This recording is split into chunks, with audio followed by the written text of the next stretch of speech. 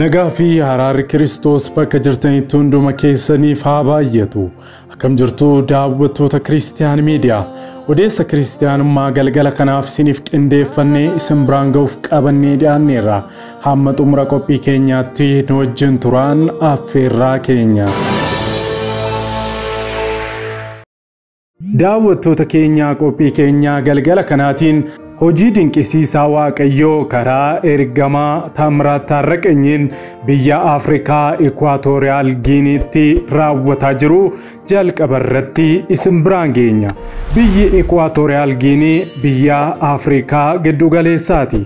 Guyyaa sadiin dura ergamaa Taamiraat Taarraqany gara biyyattiitti imaluudhaan tajaajila ajaa'ibsiisaa irratti argama.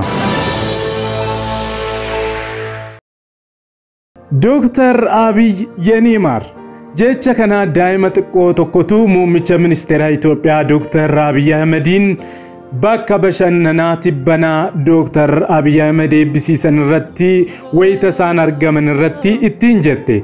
Jaalalli daa'imman muummicha ministeeraa kanaaf qaban adda. Mee viidiyoo isaallee isin biraan geenya.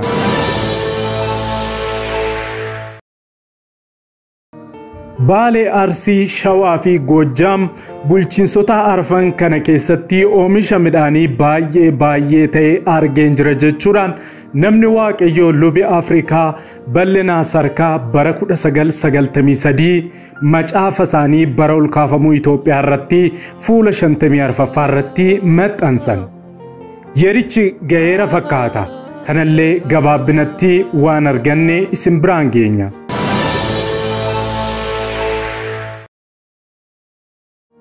Barreessaan waliigalaa mana maree waldoota wangeelaa Itoophiyaa lubii Darajjee Jimbaruu waliigaltee mootummaa federaalaa Itoophiyaa fi adda bilisummaa uummata Tigraay gidduutti taasifamee baay'ee gammachiisaadha jedhan. Kanallee qophii keenya irraa keessatti kan isin biraan geenyu ni ta'a.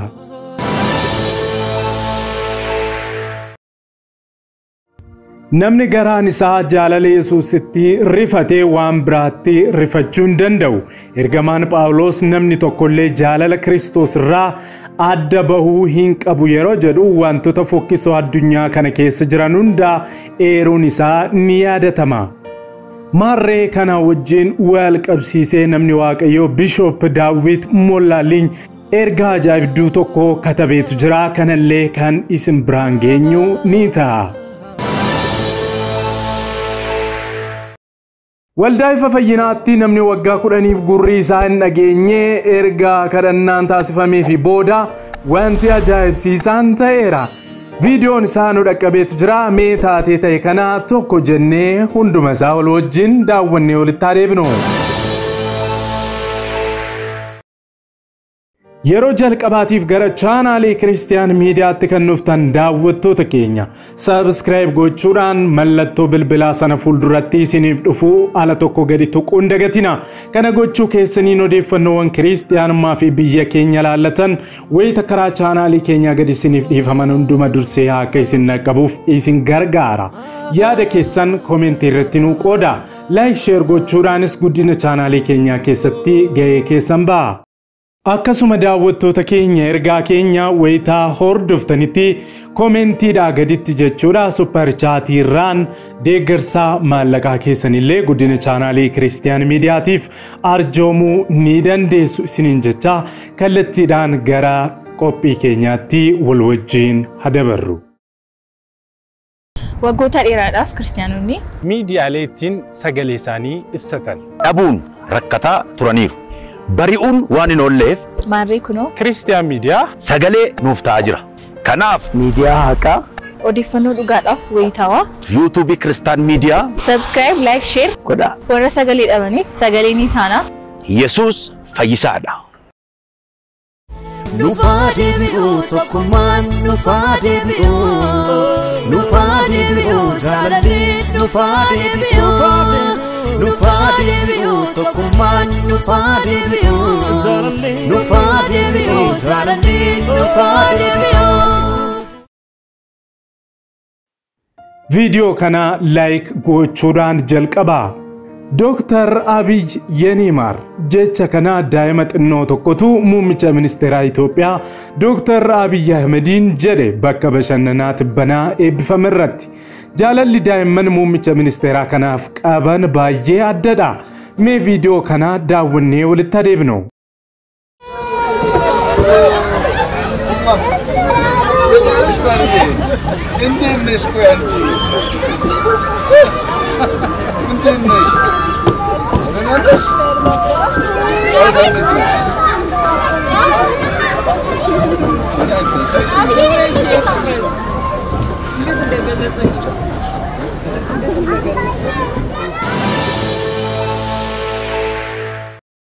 Gara qophii keenya lammataatti yeroo darbinu daawwattoota keenya namni garaan isaa jaalala Yesuusiin rifate waan biraatti rifachuu hin danda'u yookaan qabamuu hin danda'u. Ergamaa Phaawulos namni tokko illee jaalala Kiristoos irraa adda ba'uu akka hin dandeenye ni dubbata. Wantoota fokkisoo addunyaa keenya keessa jiran hundaa eeruun ni yaadatama. Isaan kun jaalala Kiristoos irraa adda nu baasan.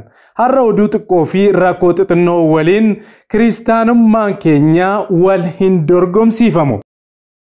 Jecha kana nama Waaqayyoo Bishop Daawit Mollaaliitu dubbate. Iyyoob 23:16-17 sababa dukkanaa fi dukkanni fuula koo waan uwwiseef hirrifanne jedhee dubbata. Iyyoob Roomee boqonnaa 8:35-39 immoo akkas jira. Jaalala Kiristoos irraa eenyutu adda nu baasa?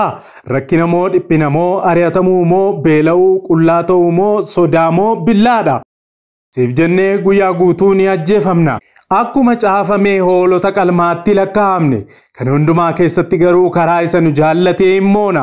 Du'a jireenyi ergamootaa mootummootaa wantoota jiranii fi wantoota dhufan yookaan humnoota olka'iinsi gadi bu'uun uumamni addaa jaalala Kiristoos Yesuus gooftaa keenya keessa jirurraa adda nu baasuu akka hin dandeenye nan hubadhaa jedha. Phaawulos ergaa warra Roomaatiif barreesse irratti.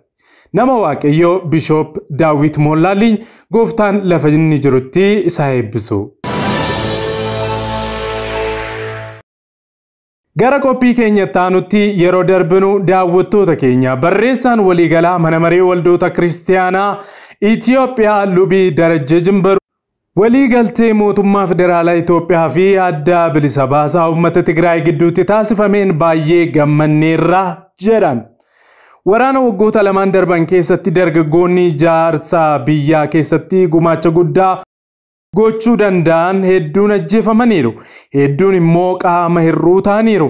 Lubni Darajjeen akka jiranitti sababa godaansaa fi beelaan lubbuun namoota 100,000 lakkaa'amanii dhabameera. Hawwii fi fedhiin qalbii uummata Itoophiyaa nageenyi dhugaan biyya keenya keessatti mo'ee arguu fi namni hundi sodaa malee hojii guyyaa guyyaa isaa raawwachuu arguu akka ta'ee fi kun akka ta'uuf uummanni dhuunfaa fi gamtaan soomaa kadhachaa turuu isaanis ibsaniiru. Paartiilee fi hooggantoonni biyya alaa karaa adda addaatiin waliigaltee kana irra ga'uuf cimanii hojjetaa turanis gooftaan isaan eebbisuu jedhan. Barreessaan waliigalaa mana marichaa akka ibsanitti waliigalticha hojiirra oolchuuf uummanni keenya sodaa yaaddoo ari'atamaa fi gidiraa irraa bilisaa akka ta'uuf carraaqqii qaamota hundaa akka barbaachisu ibsaniiru. Waggoota lamaan darban miidhaa isaan irra ga'e jajjabeessuun warra manni fi qabeenyi isaanii barbadaa'e akkasuma lubbuun maatii isaanii darbeefis jajjabina guddaa hawwaniiru. Namoota qaamaan miidhaman deeggaruu fi warra qabeenyi isaanii barbadaa'es bukkee dhaabbachuuf waamicha ni goonas jedhanii jiru. Harki Waaqayyoo Ikwaatooriyaal Giinii keessatti hojiirra jira. Ergamaa Taamiraat Taarraqeeny. Kana dura Ameerikaa kaabaa, Ameerikaa kibbaa, Taayiwaan dabalatee, Eeshiyaa keessaa, Raashiyaa dabalatee, Awurooppaa bahaa fi dhihaa keessatti akkasumas biyyoota Afrikaa hedduu keessatti baay'oliin gara gooftaa dhufaniitu jiru karaa tajaajila ergamaa Taamiraat Taarraqeenyiin. Namni kun lola fannoo guddaas diinaa wajjin godheera. Dhukkuba adda addaa irraa fayyaniiru. Baay'oliin isaanis Hidhaa hafuurota mootarraa bilisa baaniiru dhukkuba isaaniirraas fayyaniiru. Guyyaa sadiin dura giddu galeessa Afrikaa Ekwaatooriyaal Giiniitti konfiraansii addaa geggeesseera. Apostel Taamiraat Taarraqany kunis namoota hedduudhaaf sababa fayyinaa ta'eera. Lafa inni jirutti gooftaan isaa eebbisu.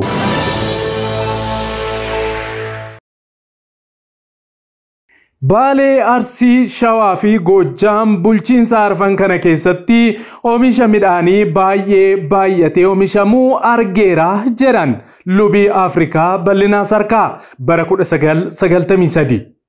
Akkuma fiilmii mana sinimaa keessatti oomishni meeshaalee qonnaa ammayyaatiin oomishame addunyaa guutuutti yeroo fe'amuu ifatti argeera. Oomishni kun meeshaalee ammayyaa gurguddoon akka oomishamanis argeera. Qonnaan bultoonni keenya akka har'aa bor horii fi fardaan qotu miti.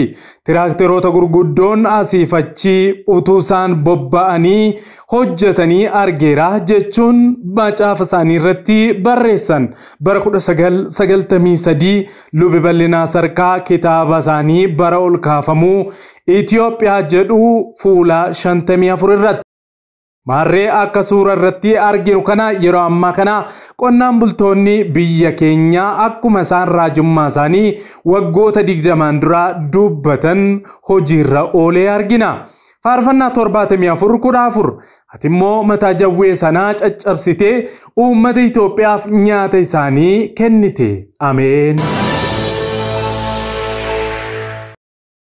Xumura qophii keenya irratti daawwattoota keenya. Waldaa ifa fayyinaatti namni waggaa 10f gurri isaa hin dhageenye erga kadhannaan taasifamee fi booda wanti ajaa'ibsiisaan ta'eera. Viidiyoon isaa nu dhaqqabeetu jira. Mee taatee ta'e kana tokko jennee hunduma isaa wal wajjin daawwannee walitti adeemnu. Maal taatee ati? Yoom duude? Waggaa 10 oleedha. Erga duude? Fiti.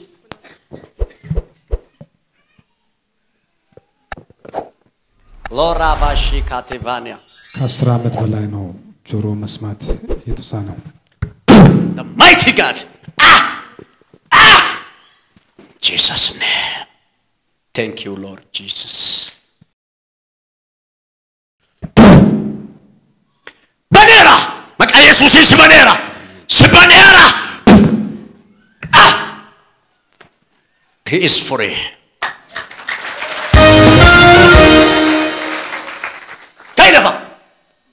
Waka yo baneera. Amen.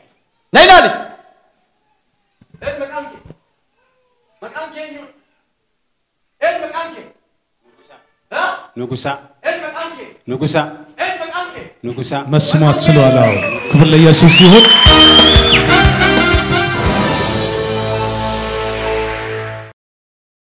Egaan daawwattoota Kiristiyaan Miidiyaa odeessinuu galgala kanaaf siniif qindeeffannee kanneen hanga ammaatti daawwattanidha.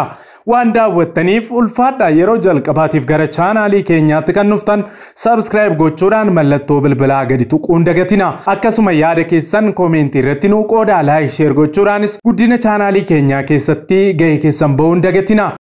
kallattiidhaan wayita tamsaasa kana dhaggeeffachaa yookaan daawwachaa jirtanitti super chat kan jedhu komentii jalatti carraa addaa yookaan immoo deeggarsa maallaqaatiin chaanaalii keenya bukkee dhaabbachuu ni dandeessu sinin jecha saatota muraasa booddee odeeffannoo kiristaanummaa gara biraatiin amma deebinee ol arginutti turtiin turtii gaarii siniif haa ta'u nagaan tura.